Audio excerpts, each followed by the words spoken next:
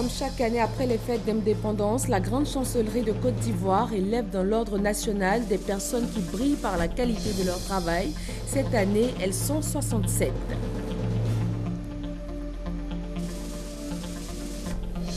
La Journée internationale de la jeunesse a été célébrée dans la ville de Daloa, dans le centre de la Côte d'Ivoire. Elle a prôné l'engagement civique auprès des jeunes, un engagement en faveur de la paix et du développement. Et en Mauritanie, l'esclavage est désormais jugé comme un crime contre l'humanité. Le Parlement a adopté hier une nouvelle loi. Les peines d'emprisonnement passent à 20 ans contre 5 à 10 ans dans le passé. Vendredi 14 août, bienvenue à vous dans ce nouveau point de l'actualité sur RTI 1. Une charte pour une meilleure organisation des relations privées-privées, notamment dans la sous-traitance et la co-traitance entre les grandes entreprises et les PME. Elle a été signée par le gouvernement, le patronat et la Fédération ivoirienne des petites et moyennes entreprises. Hamza Diaby. C'est un acte majeur, un départ nouveau pour les PME. Pourvoyeuses d'emplois et également créatrices de richesses, les petites et moyennes entreprises réclamaient un accès au marché public. Cela leur est facilité désormais. Ce mercredi, la CGC, la Confédération générale des entreprises de Côte d'Ivoire, la FIPME, la Fédération des petites et moyennes entreprises et l'État signent la sous-traitance et la co-traitance des PME. Autrement dit, c'est un consensus pour que les grosses entreprises confient une ou plusieurs parties de leur marché aux PME. La signature de la charte de sous-traitance et de co-traitance des PME est un acte fondateur qui permettra d'insérer davantage les PME dans le tissu économique et social de notre pays. Notre vision d'ensemble de transformation structurelle de l'économie ivoirienne ne pourra se réaliser qu'à une condition majeure, à savoir l'émergence et la densification d'un cluster, disons d'un ensemble de PME nationales à même de prendre toute leur part dans la construction de la Côte d'Ivoire moderne que nous voulons émergente, vous le savez, à l'horizon 2020. La décision satisfait la fêtière des PME, mais des préoccupations demeurent tout de même. Mais pour nous, c'est une charte, c'est-à-dire que c'est un acte qui n'est pas obligatoire. Notre souhait, c'est qu'on aille très rapidement vers une loi, de manière à rendre cette charte obligatoire si nous voulons réellement que les objectifs soient atteints et que la relation privée-privée se fasse à son optimum. Et le gouvernement en est conscient. C'est déjà un bon départ, mais nous allons suivre le fonctionnement, comment ça va se passer, et à partir de là, nous allons passer à une étape supérieure d'ici quelques années pour voir comment cette signature se comporte. Si elle se comporte bien, nous allons aviser pour voir les améliorations à apporter, même passer à une étape supérieure qui peut être un code ou bien même une loi. D'ici là, la collaboration entre petites et grandes entreprises est désormais officiellement scellée. La grande chancellerie a décoré 67 personnes dans l'ordre national. Elles auront été irréprochables dans l'exercice de leurs fonctions et contribué au développement de la nation. Roger Appé, Hamza Diaby. Comme à chaque célébration de la fête nationale, la grande chancellerie de l'ordre national est restée fidèle à sa tradition, celle de distinguer les hommes et femmes de la République pour le courage, le sacrifice et le sérieux affichés dans leur engagement à participer au développement de la Côte d'Ivoire. Ce jeudi, ce sont 67 personnalités qui sont honorées. Restez toujours digne de la distinction et de la reconnaissance que la nation vous exprime.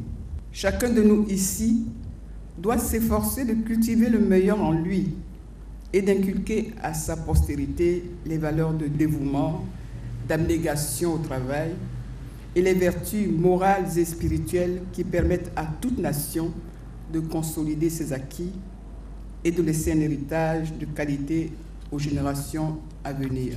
Au nombre des récipiendaires, Zemogo Fofana, ancien ministre, a fait commandeur de l'ordre national, et Aka Eunou, qui lui a été fait officier de l'ordre du mérite ivoirien pour conduite exemplaire et service rendu à la nation dans l'exercice de leurs fonctions. Ils expriment leur gratitude au chef de l'État, Alassane Ouattara. L'occasion que vous me donnez d'exprimer mes sentiments de joie et de bonheur, et saisir l'occasion pour dire merci à Monsieur le Président de la République ainsi qu'à Madame la Grande Chancelière.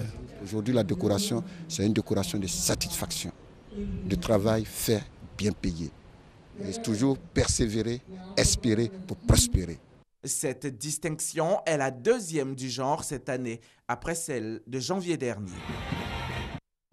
La Journée internationale de la jeunesse a été célébrée le 12 août dernier à Daloa, dans le centre-ouest ivoirien. Elle a prôné l'engagement des jeunes, un engagement en faveur de la paix et du développement. Herman Yamia. Ce sont des jeunes conscients, prêts à relever tous les défis qui ont effectué le déplacement de Daloa pour la célébration officielle de la Journée internationale de la jeunesse en Côte d'Ivoire. Pour matérialiser leur engagement à promouvoir un climat de paix et les valeurs civiques et citoyennes, ils ont élaboré une charte dénommée Charte du civisme de la jeunesse. Nous sommes dans une période charnière. Nous voulons inspirer ou alors lancer un appel à toute la jeunesse de Côte d'Ivoire de s'approprier de cette charte afin que la jeunesse ivoirienne contribue au développement de cette Côte d'Ivoire. Confrontés pour la plupart au chômage et à la pauvreté, les jeunes Ivoiriens veulent cependant prendre une part active au développement du pays. Et cette journée qui leur est dédiée a été l'occasion pour eux de solliciter l'aide des autorités afin de leur permettre d'atteindre leurs objectifs. Nous, au niveau du Haut-Sandra, nous revendiquons une jeunesse responsable, une jeunesse mature et une jeunesse indépendante. Et on souhaite que les autorités nous aident dans ce sens-là, pour ne plus que nous soyons à la merci des hommes qui nous utilisent à des fins politiques. Répondant aux préoccupations des jeunes de Daloa, le ministre chargé de la promotion de la jeunesse et de l'emploi des jeunes leur a assuré qu'ils recevront bientôt des financements pour la réalisation de leurs projets. Jeunesse de Côte d'Ivoire, vous êtes la priorité du gouvernement. Vous êtes la priorité du gouvernement, particulièrement celle du président de la République, Alassane Ouattara. Cet engagement du chef de l'État s'est matérialisé par le lancement de l'opération Agir pour la jeunesse, qui fait ses effets aujourd'hui sur toute l'étendue du territoire national. À cet effet, j'aimerais dire aux jeunes de Daloa, dans quelques jours, vous aurez aussi vos bonnes nouvelles. S'appuyant aussi sur le thème de la célébration de cette journée, qui est engagement civique de la jeunesse, le ministre Sidi Touré a invité les jeunes à être plus responsables et à se détourner de la violence. Le ministre des Eaux et Forêts vient de remettre des véhicules et des motos à l'ensemble des services déconcentrés de son département. Ce matériel roulant d'une valeur de 300 millions vient renforcer la mission de sécurisation et de réhabilitation des ressources forestières. Grâce Kando. Pour assurer la protection et la réhabilitation des forêts ivoiriennes, le parc autour des services déconcentrés du ministère des Eaux et Forêts a été renforcé avec 14 véhicules et 96 motos.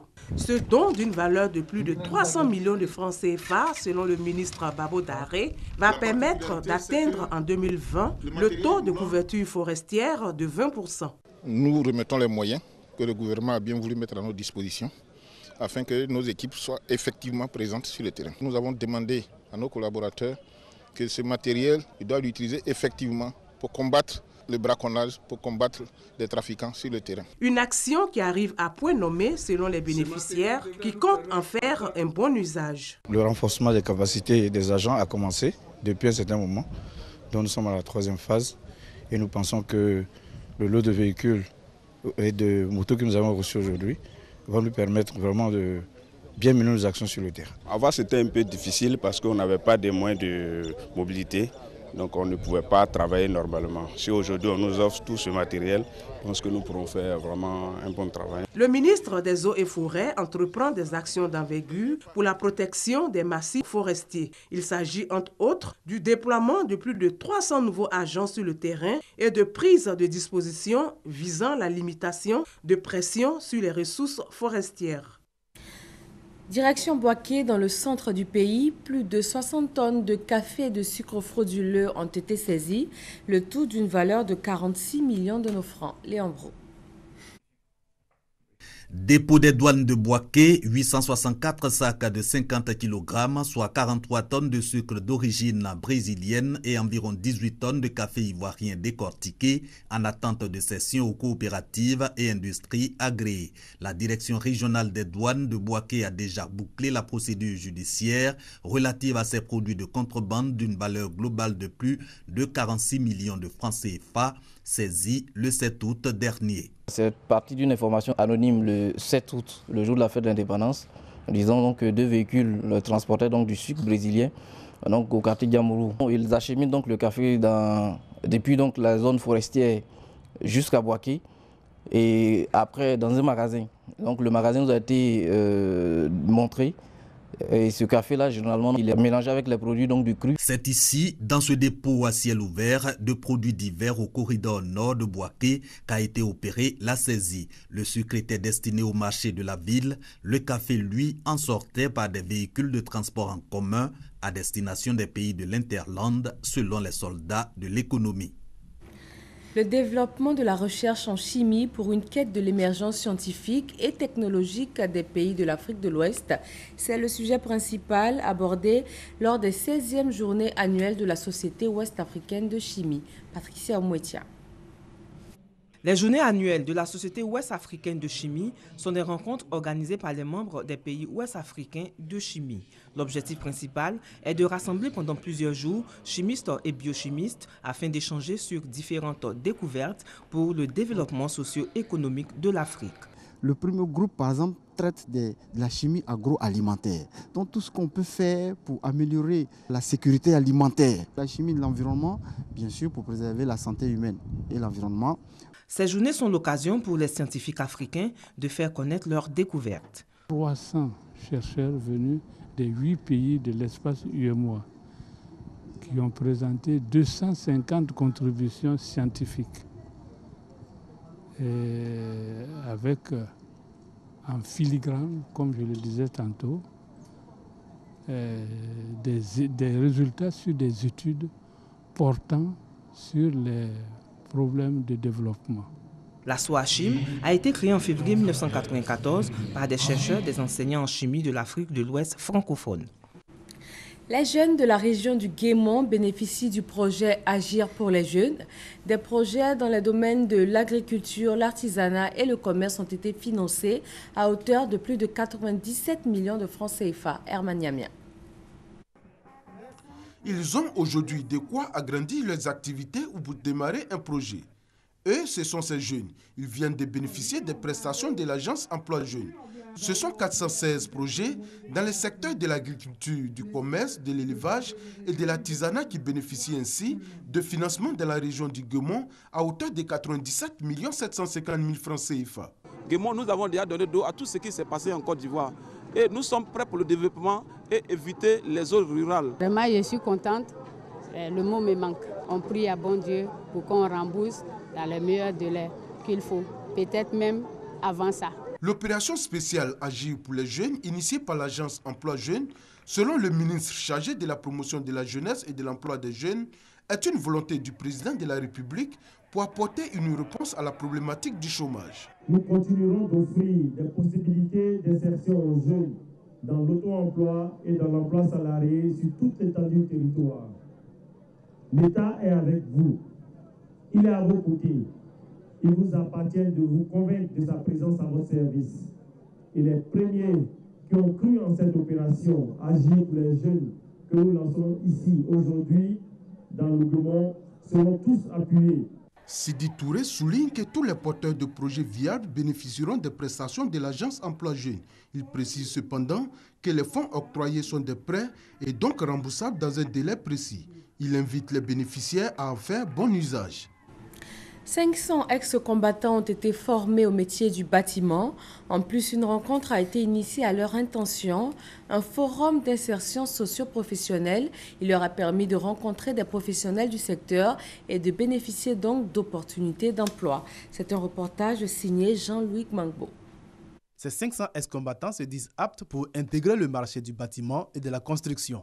Alors que certains parmi eux recherchent des postes d'employés, d'autres sont en quête de financement pour leurs entreprises. Nous avons fini la formation, nous avons nos diplômes nous sommes prêts à travailler.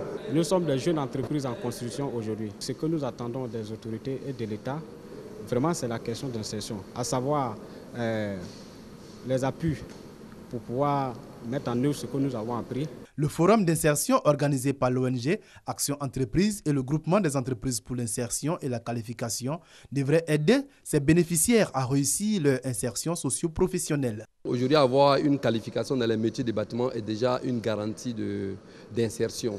Mais en plus de cela, nous avons pris des dispositions en vue de pouvoir les accompagner dans cette insertion-là. L'intérêt d'un forum comme celui d'aujourd'hui, c'est de mettre en contact les bénéficiaires qui sont ou présents dans la salle ou qui ont des CV qui ont été laissés, de les mettre en contact avec le monde professionnel, avec les entreprises, avec les entrepreneurs, avec des sociétés de placement ou des sociétés immobilières qui pourraient éventuellement rechercher du personnel qualifié immédiatement et disponible. Plus connu sous le nom de Chantier École, ce programme a été financé par l'Union européenne.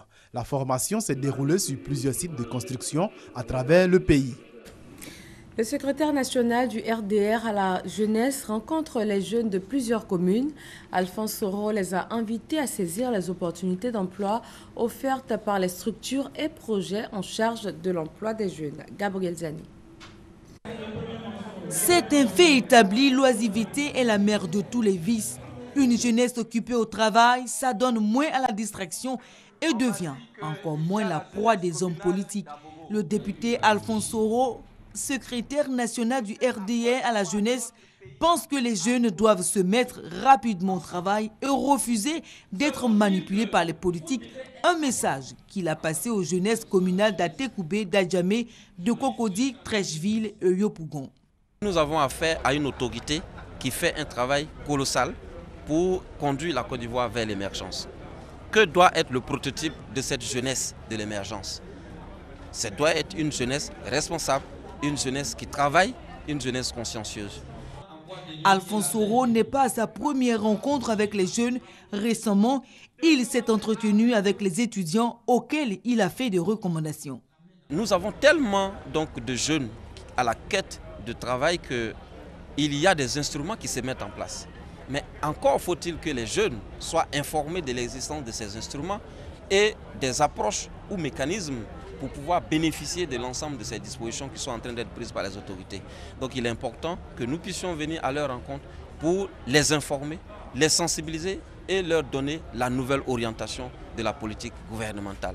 Alphonse Soro appelle les jeunes à la retenue et à l'apaisement.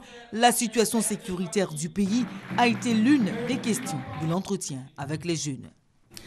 Plus que participer à la victoire du président Alassane Ouattara, les populations de San Pedro veulent en être actrices principales. Elles ont réuni la somme de 70 millions de francs afin de contribuer à sa campagne électorale pour les élections d'octobre prochain. Mamadou Kouassi. 70 millions de francs CFA, dont 10 pour la caution et 60 en matériel. C'est la contribution des populations de la région de San Pedro pour la campagne du président de la République Alassane Ouattara, candidat unique du RHDP à la présidentielle prochaine. San Pedro exprime ainsi sa reconnaissance au président de la République Alassane Ouattara pour les nombreux chantiers ouverts dans sa région. Il s'agit entre autres du bitumage de la voirie, de la construction d'un lycée d'excellence et des CAFOC, et surtout la réalisation prochaine de l'autoroute Abidjan-San Pedro. Le président de la République prévoit investir plus de 6 000 milliards de francs CFA pour le développement de cette région. Et ces populations souhaitent lui accorder un second mandat pour la réalisation de ces projets. Nous, le club des amis de San Pedro, composé d'opérateurs économiques, de cadres de cette ville et de cette région, nous sommes prêts pour Ado. Et San Pedro complet attend vos instructions, Monsieur le Premier ministre, Monsieur le directeur de campagne. Une initiative saluée par le directeur national de campagne du candidat Alassane Ouattara. Jano Aoussou Kouadio félicite San Pedro pour cette détermination, car le président de la République Alassane Ouattara est selon lui le seul à l'heure actuelle à pouvoir conduire la Côte d'Ivoire vers le développement. Il y a tout un projet de construction du port, le port minéralier. On doit construire un chemin de fer qui doit venir jusqu'à San Pedro. Si vous voulez que cela se réalise, ne vous trompez pas. Il n'y a pas de maire aujourd'hui en Côte d'Ivoire, dans le paysage politique qu'Alassane Ouattara. C'est un champion. Après cette journée d'hommage et de reconnaissance au président de la République Alassane Ouattara, les leaders régionaux du RHDP comptent investir le terrain pour des campagnes porte-à-porte en vue de faire réélire le président de la République Alassane Ouattara à plus de 90%. Les chefs non plus ne veulent pas rester en marge du développement et de cette réélection du président Alassane Ouattara. Ils se sont réunis au sein du Conseil de paix du Guémon. Le reportage est de Abou Sanego. Au cours de cette rencontre à Zouaouné, les têtes couronnées des départements de Diokwe, Bangolo, Kouibli et Fakobli, réunis au sein du Conseil de paix du Guémon, ont marqué leur soutien à la candidature du président Alassane Ouattara. En leur nom, Badia Keïséa II, secrétaire exécutif du Conseil de paix du Guémon, a traduit sa gratitude à Albert Mabri-Touakeuse pour ses actions de développement et ses efforts en faveur de la cohésion entre les fils et filles du district des montagnes et réaffirmé le soutien des chefs traditionnels du Guémon au président de la République, Alassane Ouattara. Nous étions les tout premiers à le recevoir, alors que ce n'est pas dans le district qu'il a fait le meilleur score. Alors écoutez, même si on est ingrat jusqu'à ce niveau, il faut reconnaître que ce monsieur-là nous aime. Et nous aussi, il faut qu'au retour, nous puissions exprimer notre amour, notre passion pour lui. Nous l'aimons et nous devons faire et lui accorder ce deuxième mandat pour qu'il puisse terminer les projets qu'il a engagés dans notre région. En retour, le ministre d'État, ministre du Plan et du Développement, a renouvelé son admiration à la chefferie du Guémon pour son organisation et sa contribution au retour de la stabilité dans la région. Albert Touakeuse Mabri a donc invité les chefs Oué à toujours œuvrer en faveur de la paix et à prier pour des élections apaisées afin que le président de la République puisse apporter le meilleur au district des montagnes. Il va transformer le pays. Mais il faudra que dans ces résultats, nous soyons fiers de ce que nous ferons. Qu'on dise, dans le district des montagnes, Alassane Ouattara a eu 80%, 85%, 90%. En ce moment, vous rendrez vos enfants forts. Cette rencontre s'est tenue en présence de la chefferie coutumière de Tongui. À Boundiali, ce sont 70 chefs de village et de canton qui se sont unis en association. Ils veulent également prendre part à la réélection du président Alassane Ouattara. Chaudes accolades entre le ministre Bruno Koné et les chefs traditionnels du département de Boundiali. Les chefs du pays tinin sont désormais déterminés à prendre une place dans le train de l'émergence. En fondant cette association, ils entendent jouer le rôle d'instrument actif au service du développement de la Côte d'Ivoire. Une initiative qui cadre bien avec les aspirations du gouvernement. Le chef de l'État avait promis au moment de la campagne de 2010 et il a réalisé. Aujourd'hui, nous avons la Chambre des rois et chefs traditionnels de Côte d'Ivoire qui est créée. Cette chambre a une assemblée générale et dans laquelle nos chefs sont membres. Réussir à jouer le rôle d'agent de développement nécessite des moyens financiers. Dans leur volonté, les chefs traditionnels de Boundiali peuvent compter sur l'attention de l'État. C'est le lieu, chers chefs, peut-être de saluer votre action au quotidien. Nous savons dans quelles conditions difficiles certains d'entre vous travaillent. La plupart d'entre vous d'ailleurs travaillent. Nous savons que les conditions n'ont pas toujours été faciles. Malgré cela, vous avez toujours joué votre rôle. Cette cérémonie consacre l'union entre les fils de la capitale de la Bagoué. Puis le ministre Bruno Koné a demandé à l'association des chefs traditionnels de renouveler son soutien au candidat du RHDP pour sa victoire à la présidentielle d'octobre prochain. Dans le domaine de la santé, 300 personnes soignées gratuitement dans le département de Didiévi, région du Bélier. Elles ont été opérées de la hernie et du goitre par une association française. Mamadou Kouassi.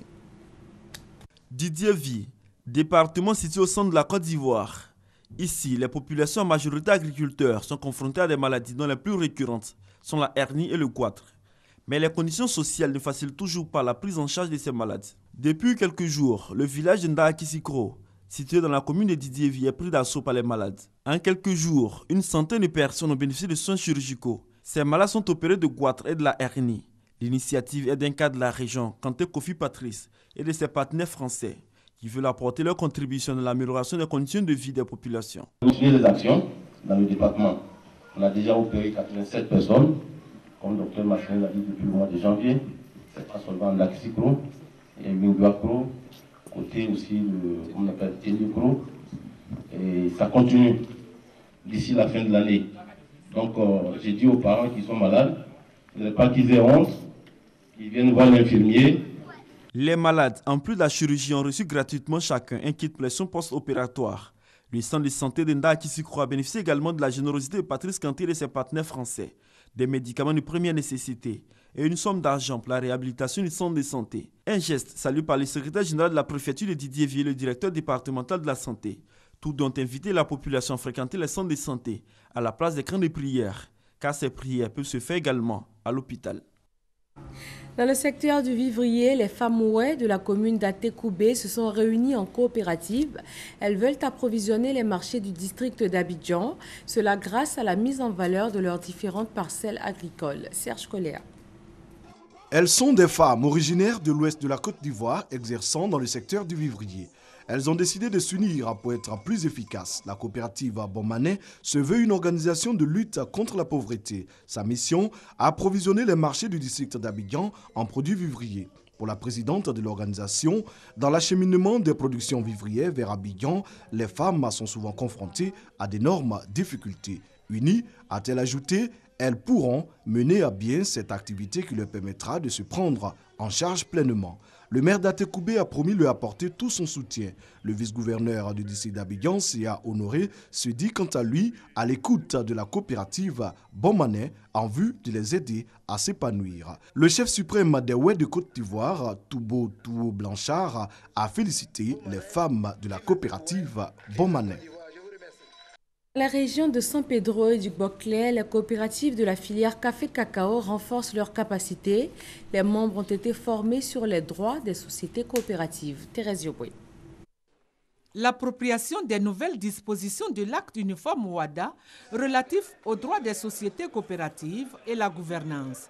C'est le thème de cette formation qui a réuni les coopératives de filière café-cacao exerçant dans les régions de San Pedro et du Boclé.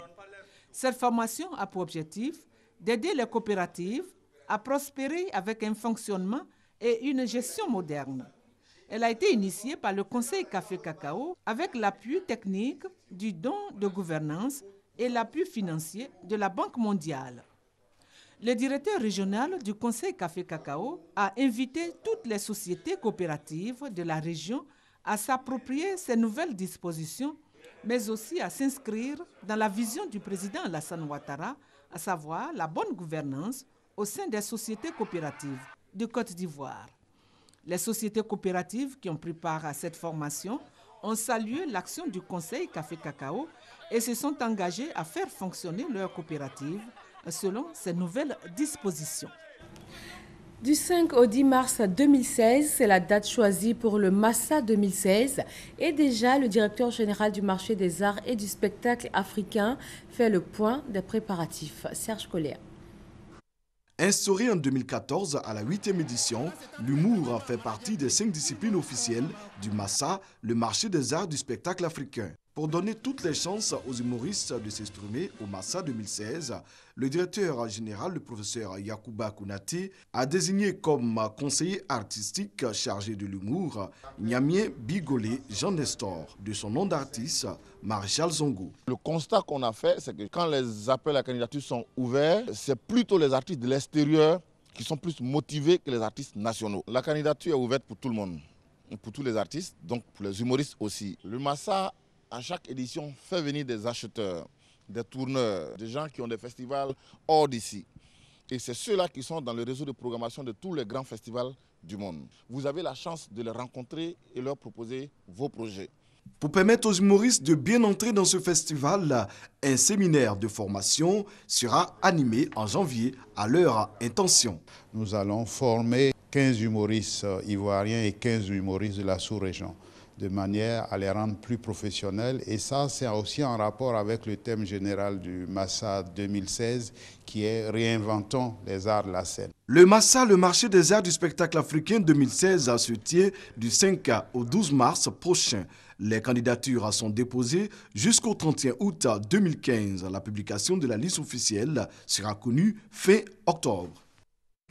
Le président du Nigeria, Muhammadu Buhari, a nommé de nouveaux chefs de l'armée. Il leur accorde un délai de 3 mois pour en finir avec l'insurrection de Boko Haram. Le président a promis de leur fournir le soutien nécessaire pour faire face à ces terroristes et protéger les civils. Le Parlement mauritanien a adopté hier une nouvelle loi contre l'esclavage. La pratique est désormais considérée comme un crime contre l'humanité. Les peines d'emprisonnement passent à 20 ans contre 5 à 10 ans dans le passé. La nouvelle loi accorde également une assistance judiciaire et une procédure gratuite aux victimes. Le Parlement grec a adopté ce vendredi matin un plan d'aide à la Grèce d'un montant de 85 milliards d'euros. C'est le 3e plan d'aide en 5 ans et il a fallu près de 24 heures de débat pour l'adopter avec 222 voix pour, 64 contre et 11 abstentions.